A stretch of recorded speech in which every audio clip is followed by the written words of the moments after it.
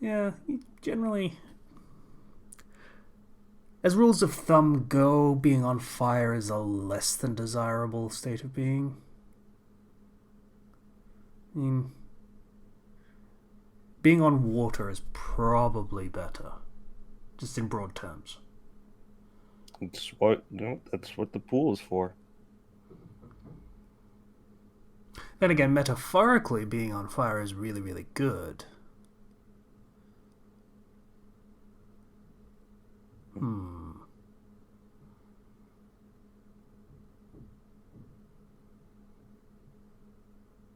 I suppose so.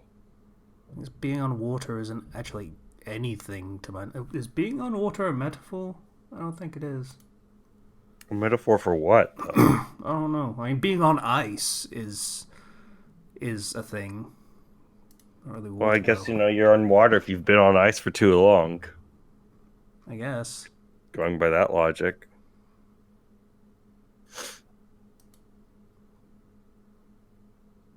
being on air is. We're on air. Hey, Yeah. we're on Hey. air. That works. Elements. Yeah.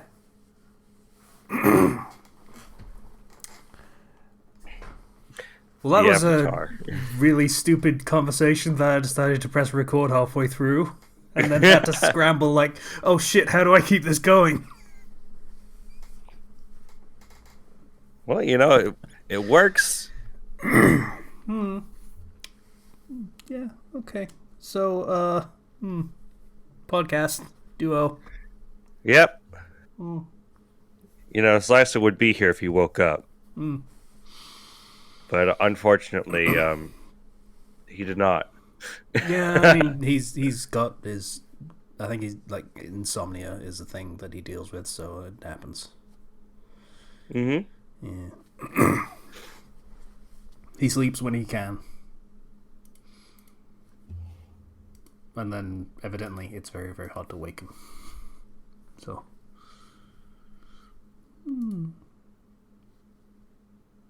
How you doing, Zero? You good? Well, yeah, Enjoying the summer sun I that has not yet set you on fire? it hasn't set me on fire yet. Yeah. No. As somebody who works as a substitute teacher, you get to substitute around this time, and you get to the end of the year stuff. And I got to substitute for one school's last day. Oh god, so you get all the easy well, I say easy shit. It's probably also the time when all the kids are at their shittiest because they Well, really like don't want to be there anymore. it's kind of like the what lesson plan do you leave on the last day of school? The answer is zero. Yeah. You just leave a basic schedule. It's like, well, fill time, and I'm like, okay, Yeah. At we're that point you know the kids aren't going to pay attention anyway. They are watching the fucking clock. we're gonna play some games, and then we're gonna watch Disney Plus. That's what we're gonna do. By the It's way, fair. we have pizza and ice cream.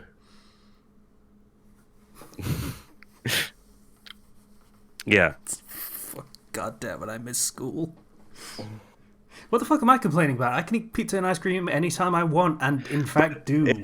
It's different when somebody else serves it to you while you're in school, you know? Yeah, I guess. And there's no effort in preparing it or making it or fetching it or paying for it, so I guess it's like, ooh, nice thing that happened out of nowhere and not a planned, prepared thing that you have to do yourself. I miss school. I had one day where I basically I went into an ASD class, which is an autism spectrum disorder class. Hmm. There were like four kids. I thought I was going to be there all day, but then no, I got switched to being half day, and then again they're like, actually, we only need you for like an hour. So I sat in the classroom. Then I took over for an hour by just playing a bunch of story videos. Then I kind of left and then I went to the office. Like, I'm still here for like an hour or two. What is there anything else you want me to do? It's like, well, you can go to this other special education class. I'm like, okay, cool. I'm going to do the exact same thing I did. And Awesome. then I got, but with a different class. And then I got moved straight over to the middle school. And then the middle school is just like, hey, um, we need you to go into this. I know you were going to go to this one class for the rest of the day, but we're going to put you into another class for this one period. I'm like, okay. So I went into 4 different classes, 2 different schools one day. Substitute, you go where they need you, kind of thing, right? Yeah, it's the sort of thing where I typically prefer to be in one classroom for the day, but hey, meet a lot of different people. Hmm. Oh, something else. I went and I saw the with my parents the new Top Gun. I There is a really, really just terrible part of me that wishes you said Morbius. No, Aw. it's not Morbin time. Ugh. Not I about haven't. Morb. That is I've such a dumb enjoyed. meme. Okay, it's worse because that meme is gonna be so out of date when this comes out. It got okay, but it got a. It got. They're already making a Morbius too. They are. It's wonderful. You. What have we done? And since you know they're only making it because of the memes, they're going to include the memes. Stand back! I need to Morb. That's just your name. Shut up. Well, it's Morbin time. Anyway, Top Gun. Top Gun. Yeah, Top Gun. I haven't seen the original Top Gun. Yeah. Full disclosure. I've seen it. I remember basically nothing. But the basic premise is Maverick. The movie is called Top Gun Maverick. Maverick being the call sign of the main character, Tom Cruise's character. Yeah. So Maverick here is he's still flying as a captain in the Navy, and he's testing out new ships that go like new jets that go even faster. Ends up going a little bit too fast and trashing a very expensive a project, going against orders to do it, and is like, well, we'd throw you out, but you've been requested specifically for this one mission. And also, so you are one of our best pilots, and a piece of equipment does not replace that. And so they send him back to Top Gun, the academy, to work with a team of graduates from Top Gun who are like the best of the best. And he has to train them for this mission that is incredibly dangerous and that they're not going to get out alive from, most likely. And with them is like the son of his former co-pilot who died in the original Top Gun. And there's a lot of tension there. A lot of interpersonal drama. But also trying to find your place in the world and not be a lonely guy just working on a jet in the middle, like working on his planes in the middle of the desert, It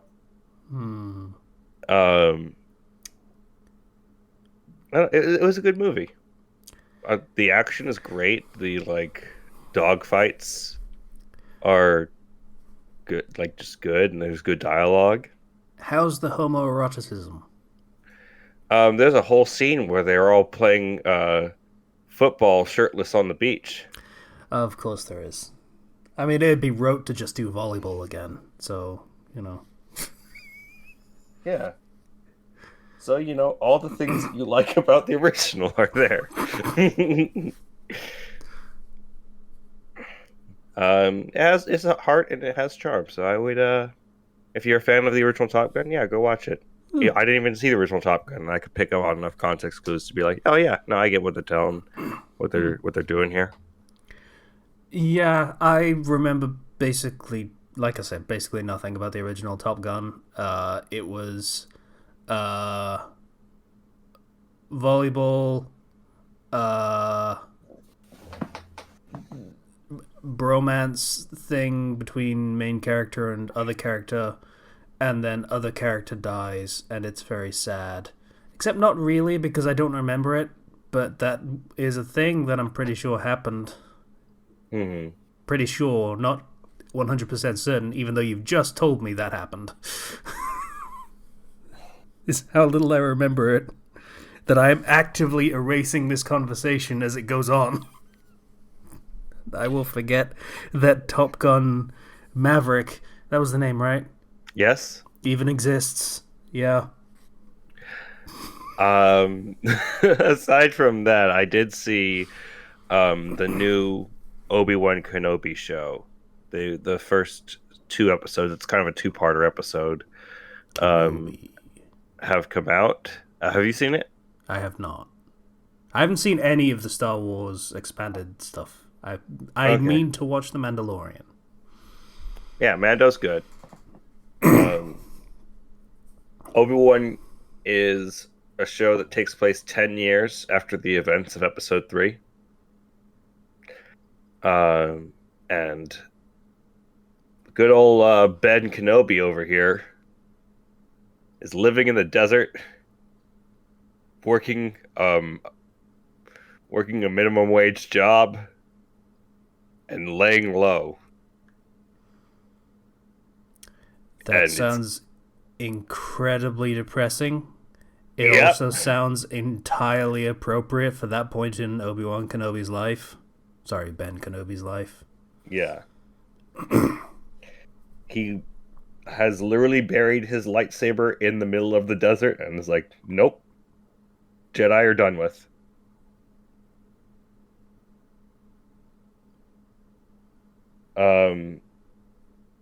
And he's just keeping an eye on Luke from the distance, just making sure that Luke grows up well and, doesn't die. And doesn't turn evil. Which is doesn't turn also evil. a very real possibility. So that's his daily life. It's kind of depressing. Until young Leia gets kidnapped. And he has to go out and try to rescue her. Yeah, she's like 10. Well, yeah, she would be 10, wouldn't she? Yeah. So you have 10-year-old Leia and Obi-Wan as your kind of main characters, I suppose. And they brought back actors from the original, from the prequel trilogy. That 100% makes sense. I just realized that 100% makes sense because she literally asks for his help in episode 4. How would she know? Well, this is how she knows. Well done, Star Wars writers. That makes sense. Fair enough. They even have the prequel trilogy actors for like Uncle Owen, And did they get Ewan back for Ewan? Yeah. Yeah. Okay. Cool. I don't actually know very much about this show aside from the vague, synopsis details. Yeah. It's Ewan McGregor, right? Mm-hmm. And what was the name? Who is the? They got the Hayden Christensen is back, and he'll be playing Darth Vader this time. Oh, cool. I assume as the guy in the suit. Yeah. And do like a dub over like they did for what was his name? I hate that I don't know his name. The guy that was in the suit in the original trilogy who got shafted. Yeah. If you've done any of the Star Wars Extended Universe stuff, you know about the Inquisitors. Which bit of the expanded universe stuff? The stuff that doesn't count anymore. The stuff that now exists. The stuff that now counts that used to not count, but they've decided it counts now. Yeah. Which is why this whole thing is really such a clusterfuck. They showed up in the Star Wars Fallen Order game. They show up in I think Star Wars Rebels or something. One of those things. But they're still hunting down Jedi, and Obi-Wan is high on their hit list still. So he has to keep a low profile, avoid the Inquisitors, rescue Leia. Hmm. That Leia needs rescuing a lot. Well, But she is I also a mean, sassy lost child, so, that's okay. yes, she is a sassy lost child. Legitimately. Apparently, That people are like, "Oh, that's weird that she talks like." No, no, it's not. No, it's not. Watch the original trilogy again. She talks shit to everyone. It's great. mm-hmm. So I don't know where it's going. There's only I think it's only gonna be 8 episodes total. Um, but I like this idea for a adventure of the mini sort of you know Obi-Wan kind of going from a low to more of a determined or resolved version, I guess. I don't know. I don't know where it's going. I I don't mean, know where it's going. well, we do know where it's going, though. That's the thing. Yeah, but I don't know. It, what I don't know how we're getting there. That's all I'm gonna say. I'm interested to see the story they are telling. So that gets a thumbs up for me for now. There is a thing I could say, but it's spoilers, so I'm not going to. Hmm. Like, there is a thing I know about the show that I cannot say because it would spoil something, and I can make some vague predictions based on that spoiler. So I'm just keep my trap shut on that one. Yeah, but it's good. Yeah, I enjoy it. That's good to hear. Star Wars continues to need wins. Mando was good. Obi-Wan is good. Uh, some of the other Star Wars Fallen Order, the game, that was good. Which is getting a sequel now. Yeah, it's getting a sequel, which is Survivor, is now it's called. Yeah. Which I'm excited about that. But it's just those movies. Those Yeah. movies. All of those movies.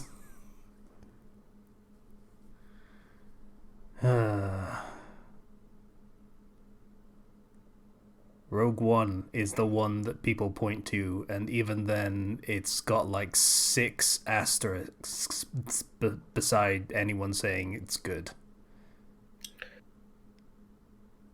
Rogue One's ending makes it. That's it. If it wasn't for that movie ending the way it does, I would not say that I like it. But because it does end in that way, I like it. The Vader scene was phenomenal. Mm. That is the one 2 minutes of it that I really liked. Mm.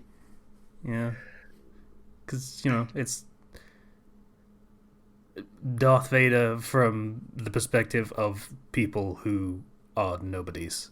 They are It just grunts, and it really conveys just how absurd it is to even consider trying to fight Darth Vader. yeah. Similarly, the when you're on the ground and then you see the Death Star in the sky, that sense of dread was something that we hadn't gotten until that point. Of this thing is disastrous. And there are multiple examples of that. Mm. And those are just like the test fires. They're like just a low power blast, you know? And it's not something that I really ever felt from the sequel trilogy with its Star Killer base Mm. that can wipe out 5 planets. Oh, 5 that happen to be very close together, presumably.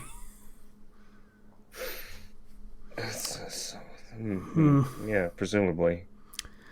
Uh, I couldn't tell you actually. do they ever actually wipe out planets using the thing? They do. They wipe out all the Republic planets, and just like that. Just all of them? Hey, the whole Senate's gone. Whole order is gone. Is isn't that the thing they're trying to? Let's not. Let's just not. Anyway, so I also remember that one GIF of the guy who's like devout believer in the Force, and he's just like wandering through a battlefield saying, "Oh God, Yeah. the Force protects me. The Force protects me." Yeah. Also, on the note of Star Wars, I did pick up the Lego Star Wars game, the Skywalker Saga or whatever collection. Yeah. And Ray, please stop telling me you wish you knew how you fit in all this. Please stop. Every time the game opens, I don't care.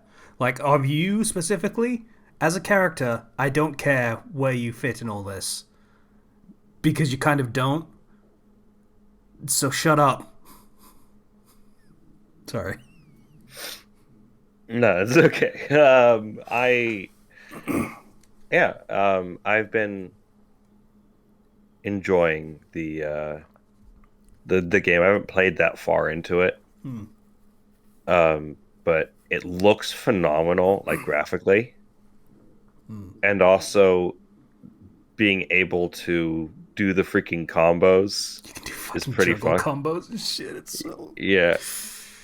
And then when you have to play a character as a gun, it goes into like you can aim it and it goes over to like an over the shoulder point of view, and that's really nice. You headshot the stormtroopers and you knock their helmets off. Yeah. It's like there's just people under there. Oh my gosh, the freaking one of the most depressing things in Obi-Wan is very minor spoiler, I guess, for episode 2. So mute your mic or you take off your headphones if you want to pay attention to this. But just like minor thing is as Obi-Wan is going through this kind of these slums, there's an old clone trooper who's just like helmet off, still dressed in armor, and just like homeless on the street, and is like spare some credits for an old war veteran so he can have a warm meal. It's like, dang, that's where they went. Some of them, yes. They had the choice: join the Empire as like their stormtroopers, or just get completely discarded. Some made a choice. Yeah.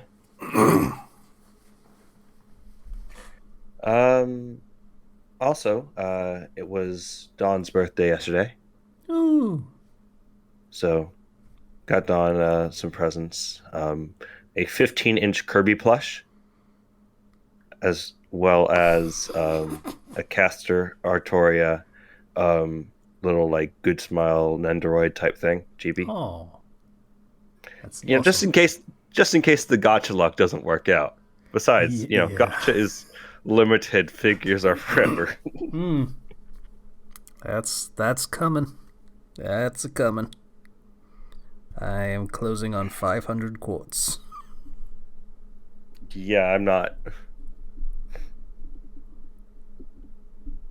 But,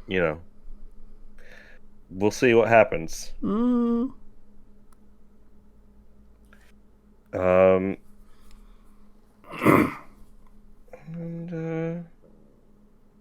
Yeah, I'm trying to think, because entering into a slow mode for the summer. Pools. I can now jump in the pool, which is Of nice. course you can. Yeah, it's great. I had to get my AC in my car fixed actually because the air compressor was cracked, and so it was leaking like Freon. Mm. So I didn't have any AC in my car, and I have leather seats in my car. The car is dark colored, so I had to pay a lot of money to fix that. Um, it's $1,400, but now I have AC in my car, so worth it. Yay! I don't know Yeah. anything about cars or leather Um, seats or anything. well, if you have the sun shining down your car, Mm. your leather seats are going to get very hot, and that heat is going to spread throughout your car. And if your car is dark colored, it's going to absorb more heat. So, yeah, reason why you wear like light colors or such because they reflect light better, whereas dark colors absorb light. Mm. How about you, Casey? How you doing? Mm. I'm just realizing that I really need to eat something. But aside from that, let's get that out of the way. That aside from that, like literally 12 seconds into me saying what I've been doing this week. So, um, I continued the quest that has been off and on for the past, God, like 3 years at this point. I say off and on, off for more than like 18 months, I guess. Mm-hmm. Yeah, because I suck. But, that's still fun, even though people voting make decisions that are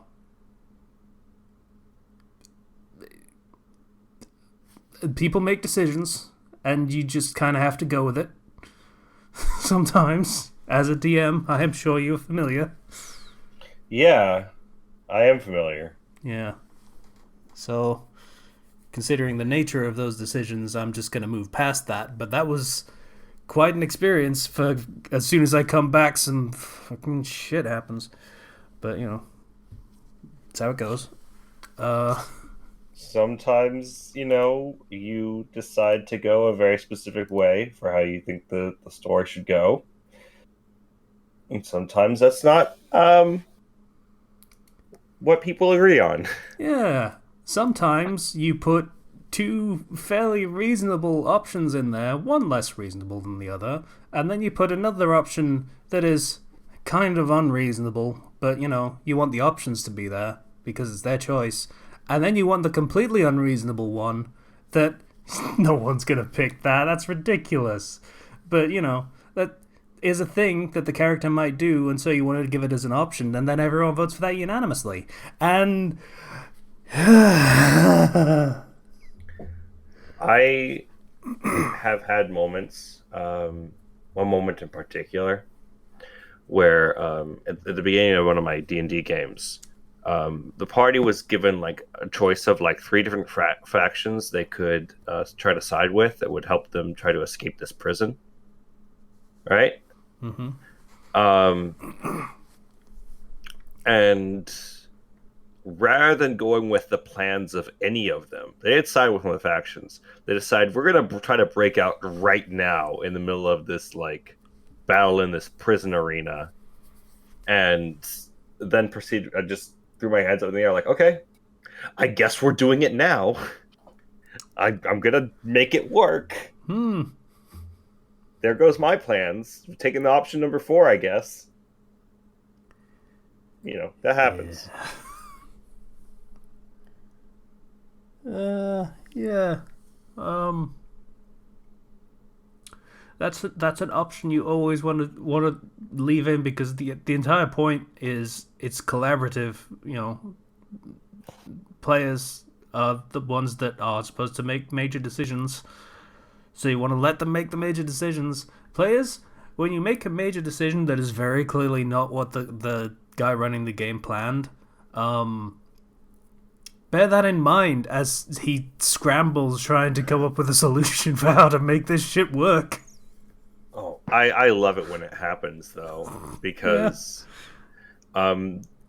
sometimes the option that you never thought would happen leads to a completely different story, or even sometimes a better story.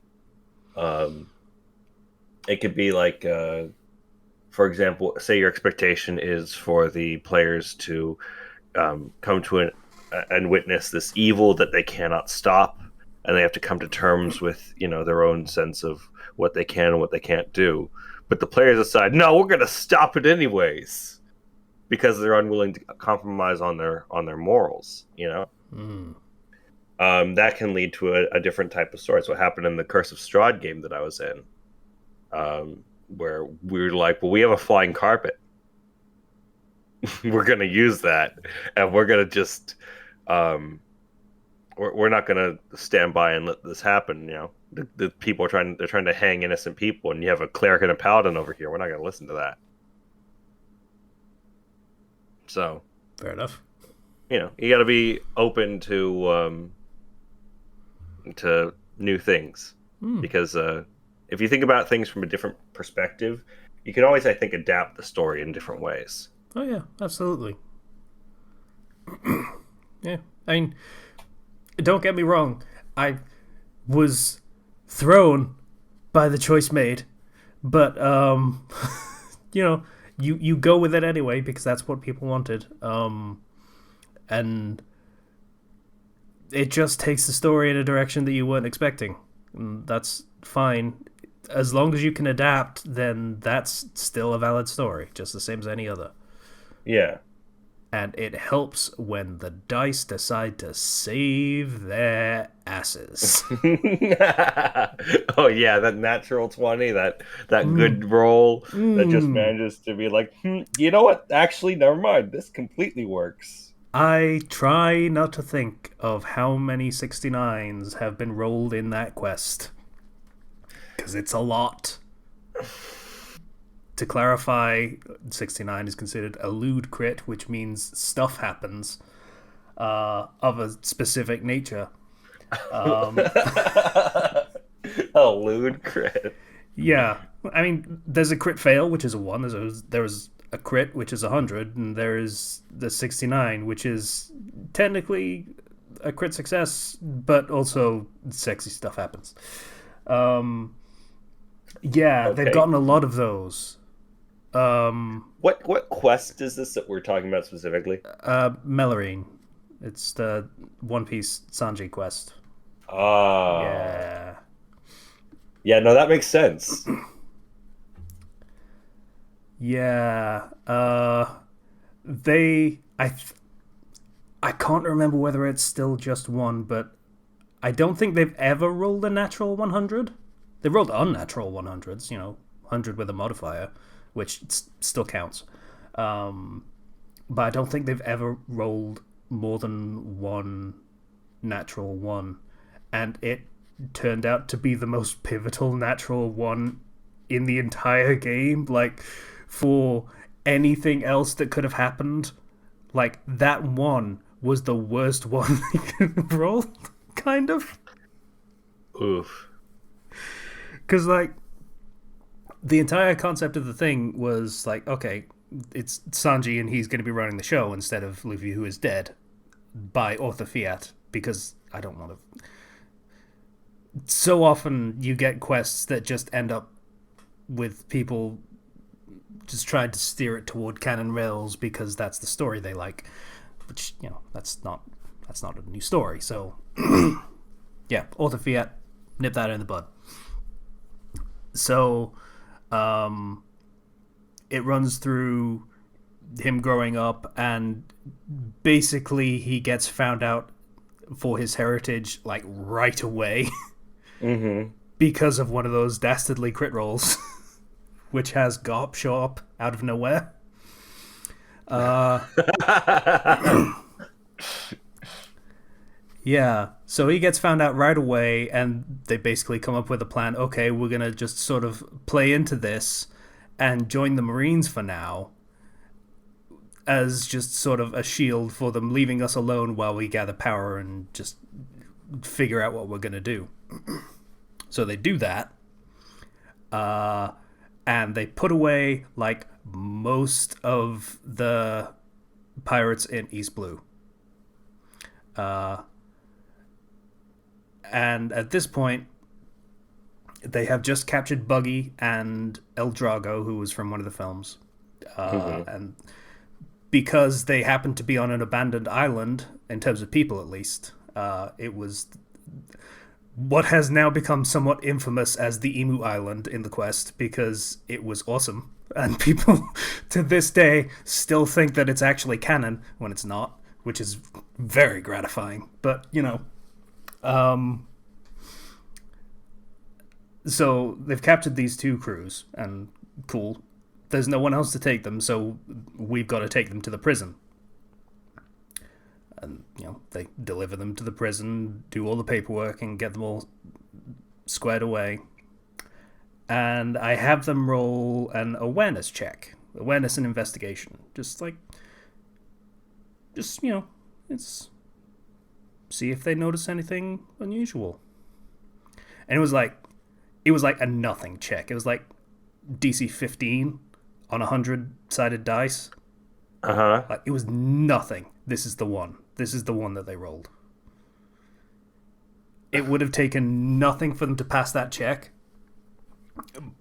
but they completely botched it, which makes sense in the narrative because, at the time, Sanji was kind of fucked up from the fight, so he's just, like, out of it and he's not paying attention. But because of that one, they missed the fact that the very first pirates that they captured, which was Django, who attacked the Baratier at one point early in the quest,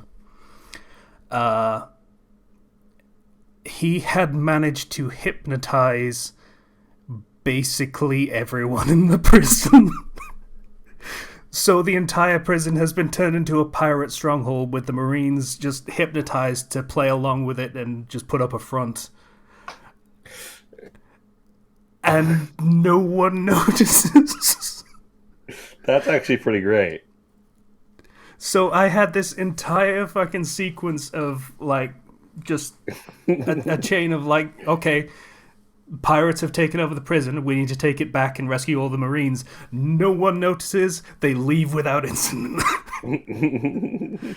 So that comes back like a few parts ago in an interlude of me being like, okay, they continued to run the prison that you continue to send more pirate crews to. So by the time, the main characters have left the Marines and, turned pirate, and have left East Blue, I informed them, so that prison was taken over by pirates from basically the start of the quest. You have been sending pirate crew after pirate crew there. So all of the strongest pirates are now in that prison, and they have decided to band together under Buggy to become the Eastern Star Pirates. A super crew of every villain you've defeated to this point. That's great, though. It's fantastic, but still. when things go in an unexpected direction, you get cool stuff like that, Yeah, exactly. Oh, man. they really... Wow, they keep sending us these pirates that they beat. Crazy. Think we should tell them? Nah.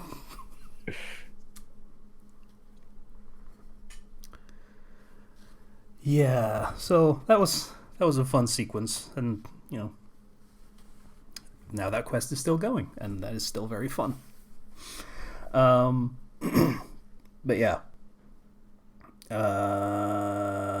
Aside from that, I have been playing another video game. Oh yeah. It was on sale, so I impulse purchased, and I have been playing for a little bit. By a little What do bit, you? I mean, give me a minute. Oh, what's the hour count? Let me check. It's probably not that high, but it's going to be a little high. Steam, you are slow. Okay, yeah, I don't care about the Dark Pictures anthology. What even is that? Fucking who cares? 11 hours, so not bad. Yeah. Could be worse. Had it for like 3-4 days, but whatever. But yeah, that's Code Vein. Yeah. I played that game. Yeah, the anime Souls like. Yeah. How are you enjoying it? I am having fun with it. I am getting my ass kicked by the first real boss. Like, not the tutorial boss, the first real one. Yeah. Yeah. There's an angry flower. And also dragon. And also lady. I think that Code Vein has some really cool ideas in it. Hmm. Like the way the whole class system works. The class system is a neat idea. I like how it's tied into the narrative more than I like the actual concept of the mechanics. Yeah. Especially some of the late game sort of classes that you get are really fun. Because for people that aren't aware, Code Vein is a Souls-like game. It doesn't quite ape the formula completely. It doesn't do the whole shoulders and triggers for light and heavy and all that stuff. It does it more like the control scheme is more like the old-fashioned face buttons for attacks and dodges and shit. But all of the just trappings are pretty much Dark Souls of there is a bonfire basically and you rest at it to do all your stuff and then you go out and if you die you go back to the bonfire with losing all your stuff and you do a corpse run to pick it up and all that stuff and it's as one of those it's perfectly fine. The fighting is kind of clunky a little bit. It does have a bit of jank to it. Yeah, it is not the I don't want to give too high praise, but mechanically robust, I will say. I was going to say impeccable, but every Dark Souls game has its own foibles that I take issue with, so it's not perfect, but it is very, very, very, very sturdy and good. So it isn't on that level of like Dark Souls games and presumably Bloodborne, though I haven't played that one. But the way the class system works is it doesn't just let you do whatever you want with stat allocations. Stats are pretty fixed. Leveling up just gives you more health and stamina. But you can choose whatever class you want and switch between them on the fly. So if you're halfway through a dungeon and you decide, hey, this next fight would be much easier with like a mage build, then you can just switch to a mage build right then and there. And the idea is, as you have the abilities of a class on your bar, so they are available for your use. As you kill enemies, then they will become mastered, and then once they are completely mastered, you can use them with any class. Yeah, like good job system stuff. Yeah, it's not like I say, mechanically, I'm not that interested in it. It feels like busy work of using a really shitty set of abilities to get them completely mastered and just running fucking farming to get experience on them and then just doing the thing that I actually want, which is usually not that class. But yeah, that whole thing I'm not that invested in, but the narrative side of it is each class is basically the memories of a different character.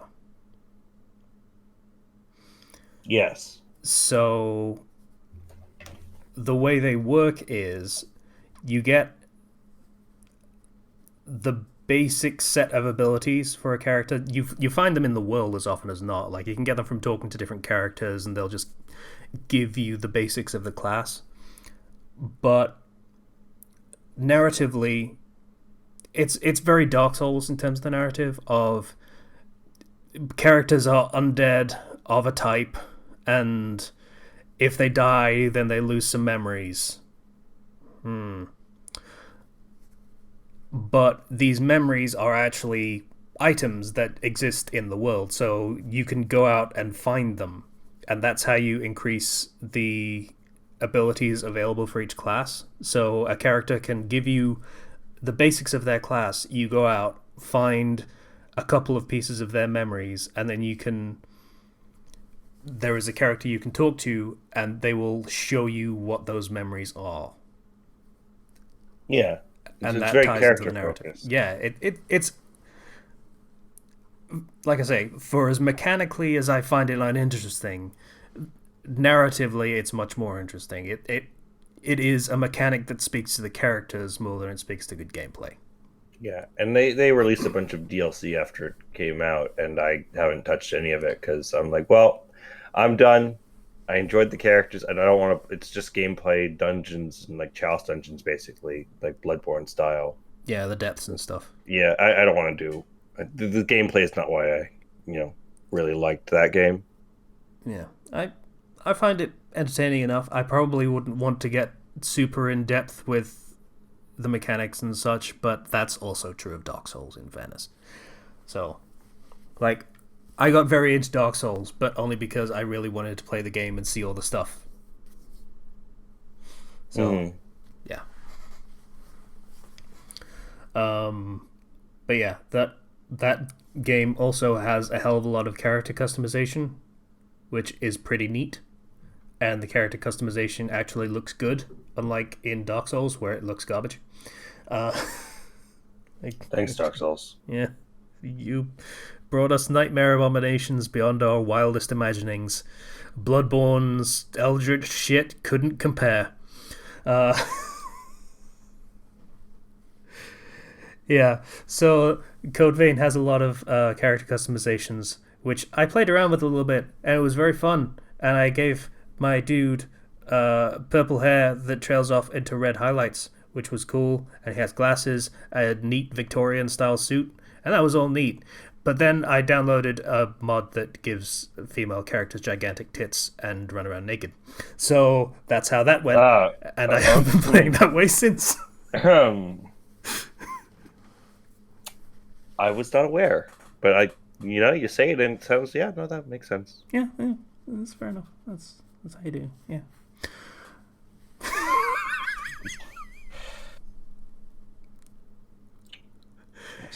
It does make some of the special kill animations a little funny when she's just standing spread eagle kind of thing, just letting it all hang out. But it's all right. Code Vein, more like Code Floppy. Okay, I'm not seeing the connection, but all right. Floppy boobs. Still not seeing the. Okay. That's Still probably not seeing the play on words there, but it's okay. Nope. There's no play on words. No play on words. Just nope. Just floppy. It's just big floppy tits. There's just There's just boobs everywhere. Okay.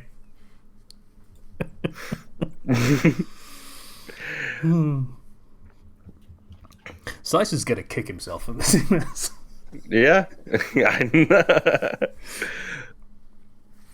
All right. Yeah. So that's a fun game. I've been having fun with it. I am like that fucking boss is a wall. Like goddamn, just constant poisoning, and I have abilities to resist poison and cure poison, and it doesn't seem to matter.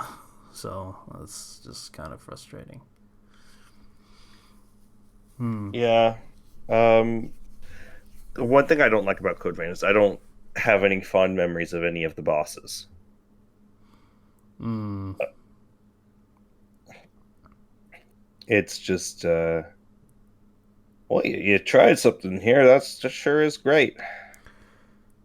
Yep. Yeah. I have fought that first boss that is just a dude that turns into a giant dude 3 times. It it does not get more fun the second or third time. It wasn't especially fun in the first one. But, you know, I don't know. I feel like this game might have managed better if it allowed you sword and board, but it explicitly doesn't. But you know, that's my preferred style in Dark Souls, so that makes sense that I would think that. And I haven't played Bloodborne, so it makes sense that I would. You know, I suppose. I don't know. It it wants me to block with a weapon, and that just feels wrong. Like that. That is broadly speaking not a thing you do in Dark Souls. Like if you don't have a shield, you don't block. You just dodge. Yeah. So it's going against some very deeply inlaid instincts there, and it just doesn't. But it is fun, and there's probably a way I could min max some shit to do some shit. I don't know. I honestly might just look up a guide and say, hey, how do I beat this? And get some very obvious tips for how to play this game, because also, like Dark Souls, it is kind of obtuse in the way that some of its mechanics are laid out, and thus hard to pass for people just getting into it. So Yeah. I still can't say with certainty that I understand how to play the game. yeah, like that whole tutorial where it was just throwing jargon after jargon after jargon at me, and I'm like, okay, that all went in one ear and out the other. I didn't understand any of that. Gifts, vestiges, blood. I what do the buttons do? What do the buttons do, lady?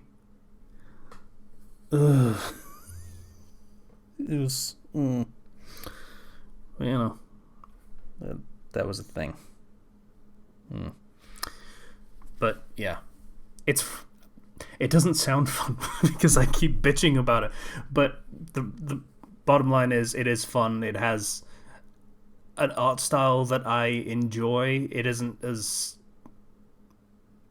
uh, aesthetically consistent, I suppose, as Dark Souls.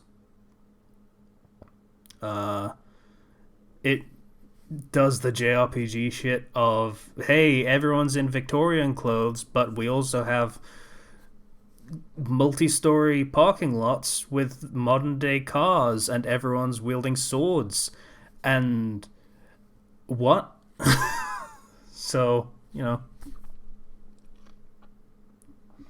Japan love that kind of mixing of genre and setting, and okay, it Let still me doesn't work for me.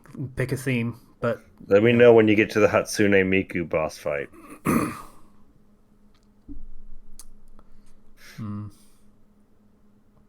Because there's this, I don't like the boss design. They have a a fight later on that's kind of like the Ornstein and Smough of that game, Smo. and it's just poorly designed. Mm. It's one of my least favorite fights in the game. The fact that I remember it, You remember yeah, it for no, the wrong reasons.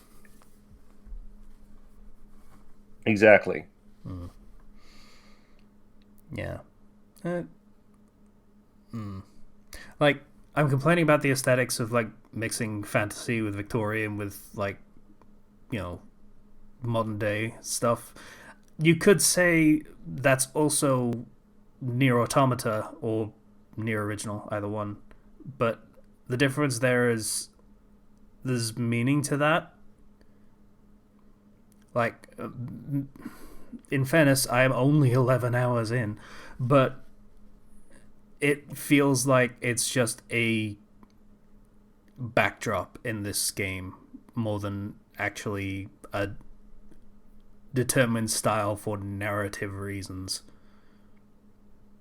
I don't know. You would probably know better than me. Does it actually have a meaning? Like, is this actually modern day and wacky shit is just going on in this red mist cage thing that they have going on? It is okay. So my what I remember of the lore, I guess, um, is that this is modern day, and this specific city that you are in has been sealed off from the outside world because there's some bad stuff in there, and they don't want it leaking out and affecting the rest of the world. Hmm. Vampires. Yes. Yeah.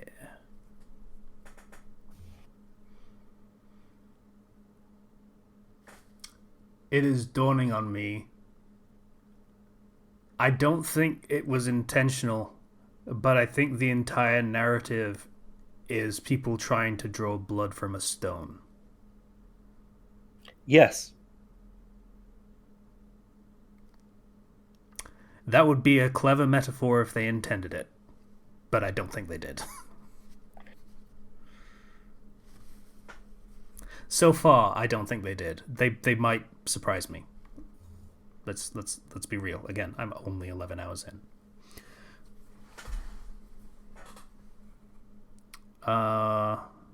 Yeah. So I enjoy that game. I feel like I need to reiterate that. I enjoy that game so far. The boobies help, but I probably would have enjoyed it either way.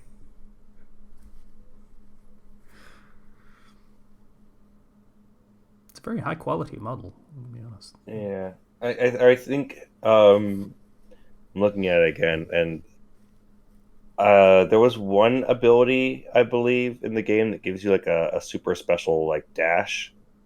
Yes.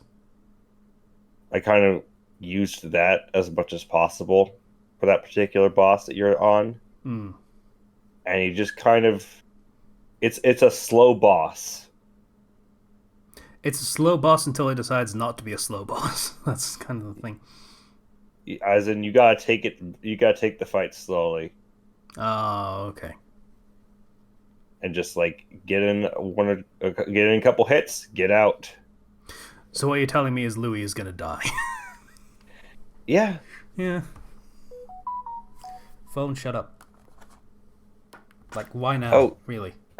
something popped up just this morning, and there's a new teaser for the new Sonic game. Okay, so phone, I'm gonna need you to not ping me for weather alerts. What the fuck? I got a new phone, by the way, because the whole Yeah. contract for gigabit internet thing. Yeah. So new Sonic game. I haven't seen it and I can't watch it right now because audio. Um, You can mute the audio. I guess I can. I apologize. IGN and probably Sega if you get like a second of audio, but anyway. I am watching it live with no video or audio to back it up. Yeah, I've seen this bit with running through the fields and okay, that's new. Okay. It looks very neat. I don't know how this would play. Okay, Rails. That, yeah. Mm-hmm. It Uh, it's kind of interesting. I don't know what to fully think about it, but it's yeah. hmm.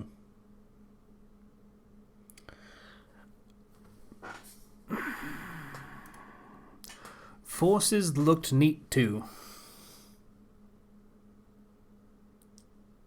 That's Well, this is at least trying something new. yeah. So, with a whole kind of the open world type style of movement, I guess.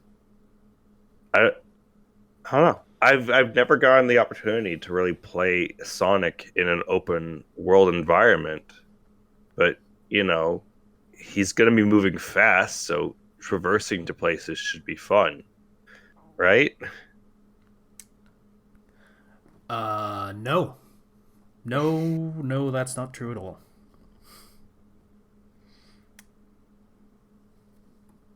I mean, '06 happened. They had big environments, and they were not fun to traverse. '06 had numerous behind the scenes developmental issues. So I don't know. We haven't Hmm. seen anything that would, I guess, give pause so far. But Technically true. it's not branding itself as the new age of Sonic the Hedgehog. They haven't Like put in the donut steel OC with the stupid big glasses, and he's like a fox or something. we have not seen any human women.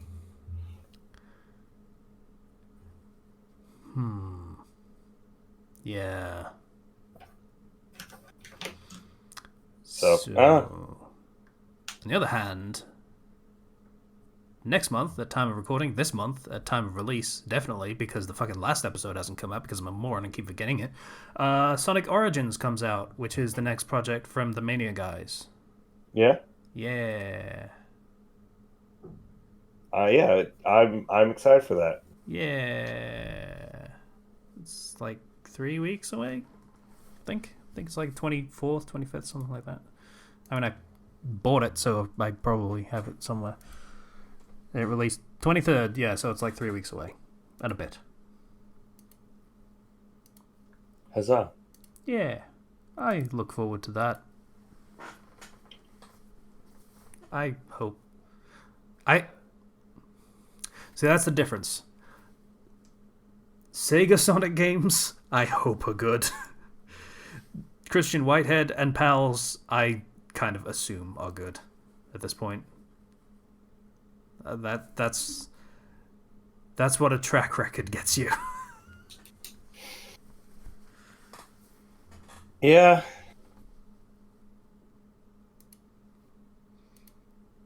I Hmm. feel like the fairest thing that I can assume, I guess, is that the game may be okay, but have some glaring design flaw. Hmm. Um, who knows? The reviews may be like, "Well, it's a good idea, except for I should have done this thing." I don't know. I can No, barely remember Sonic Forces now that I think about it. Sonic Forces had they had you make your own character with you get your own OC, and your OC Yeah. doesn't have your OC can use different gear and gadgets and Yeah, item. I remember the broad strokes. I remember Sonic is getting captured and tortured for like months, and then Yeah, literally the next cutscene is Sonic being like, "Yeah, I think I want to leave," and he just does. So yeah. you know, The story I think was the biggest issue with Forces. Yeah, and Made no sense. then some stuff happened. There was another evil hedgehog because there's always another fucking evil hedgehog, and then they stopped him. Maybe It is to an the evil sound hedge. of Molpunk shouting about fist bumps. Oh, and don't forget, classic Sonic was there too. Yeah, because this was a sequel to Sonic Mania because that needed to be tainted. And it's like the uh, Infinite over here with the edgy theme You song, just and he had to look up has the name, didn't you? no. I did not look up the name. I remember Infinite. I remember his theme song, and I remember his backstory. I have gone from Um, impressed to worried about you. I remember his backstory specifically because it was the edgiest thing, where he was like some sort of mercenary that Shadow beat down, and he wanted revenge or something like that. Okay. It was like the most OC backstory, and Mercenary hedgehog. yeah. What even is their setting at this point? Well, technically speaking, they're on Earth. Is it Um, still the Adventure Earth? I assume it is. yes, I Okay. believe it is Earth. The way it was described by Tails the VTuber is that people still exist throughout the world, normal people, but Sonic and his friends typically like they live on these islands. So typically usually separate, but there's not like an Earth and a Morbius. Mobius. Mobius. Mobius is a Sorry. different thing. Sorry, Sonic I've is been not about to morbed. morb. I've been Shadow might be about to morb, let's be honest. But Sonic is not. the fact that his home world is called Mobius and my brain's been tainted. It's just Morbius now. Sonic lives on Morbius.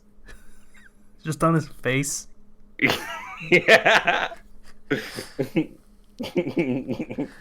Oh no, he's about to morb. Gotta go fast. It's spin dashing all over Morbius.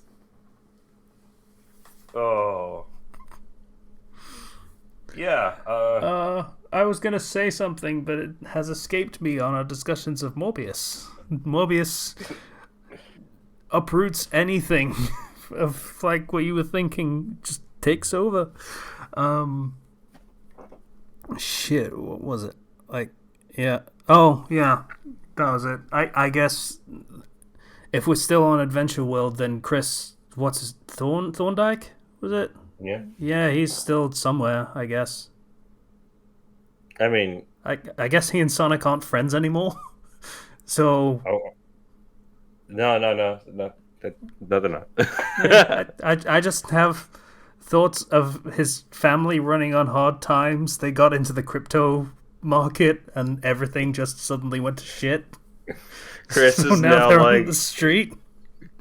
Chris is now like a grown adult. He flunked out of college. He got big into the Bored Apes, and then now he's at McDonald's. bored bored hedgehog NFTs. Oh God, that sounds real. Sega, don't take ideas from us. Why didn't I believe them when they told me it was a scam? Why, Grandpa? I'm gonna say Bored Hedgehogs is now copyright Fandom Flux, specifically so you can't use it, Sega. Stop it. Bad Sega. Oh. Oh no. I say that. As far as I'm aware, Sega aren't actually in NFTs in the slightest, unlike Square Enix, who seem to be trying to bankrupt themselves for the sake of NFTs. Like, okay. Yeah, it's weird. It's really weird.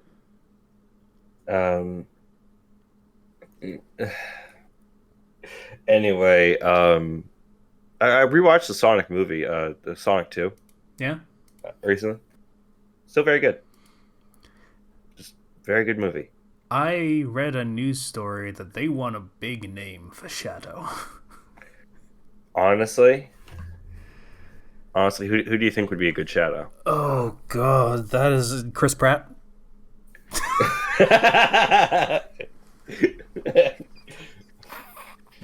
Oh, oh dear. Uh, Get Samuel L. Jackson.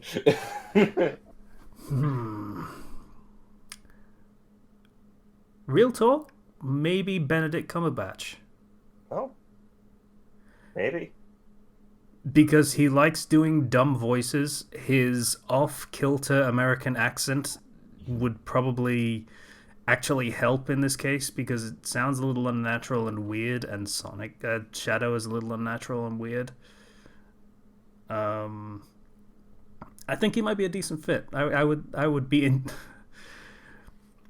I don't know who I would actually want to watch be Shadow, but I would be intrigued by the concept of Benedict Cumberbatch as Shadow.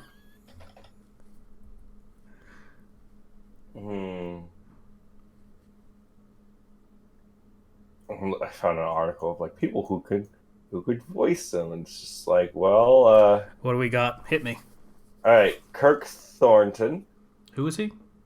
He was Syx in Kingdom Hearts, and he's been the Shadow the Hedgehog game voice actor. He was Jin Samurai Champloo, so they could bring back him. Yeah, they won't, because Pedro Pascal. you're gonna have to actually help me with a lot of these names. Pedro Pascal, he's the lead in The Mandalorian, and he was the guy who got his head crushed in Game of Thrones by the mountain. I could see. That's a good call. That's a good shout. Whoever wrote that article, good shout. Keanu Reeves.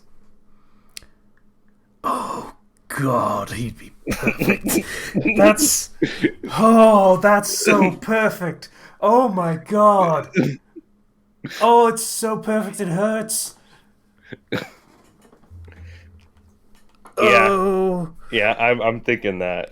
Keanu, Mr. Silverhand, please, you gotta do it for us. I don't know. I don't even read through the rest of this list because I think Keanu Reeves is the Yeah, go-to. there's no going up from that. Like, the only way you could go from that is fucking bottom through the fucking earth. God. Yeah. Okay. Keanu Reeves. I shouldn't beg him and demand for the fans, buddy. You do what you want to do. We all love you, but it'd be super fucking cool. Oh, it would. It absolutely would. Well. Okay. So I think that's an episode. Yeah, I think that's an episode. Yeah. Patreon hasn't gone through yet, so Yeah, it's end of May. We're recording this on the 31st of May, everyone. So when you see a podcast that came out on the 31st of May, it's not this one.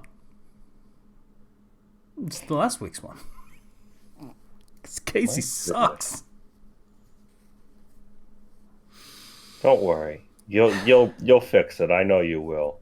I will. I've been working. I've been working hard. I have so many projects that are ongoing, and only half of them pay, but they're fun, so I'm doing them anyway. So yeah, it's the dream, I guess.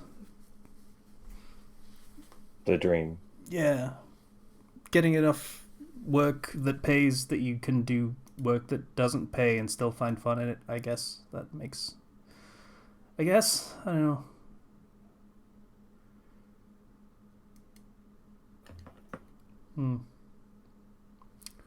Anyway, so that's a podcast. Disco and link in the description, Patreon link in the description if you feel like it. Would appreciate it. Bye, everybody. Bye.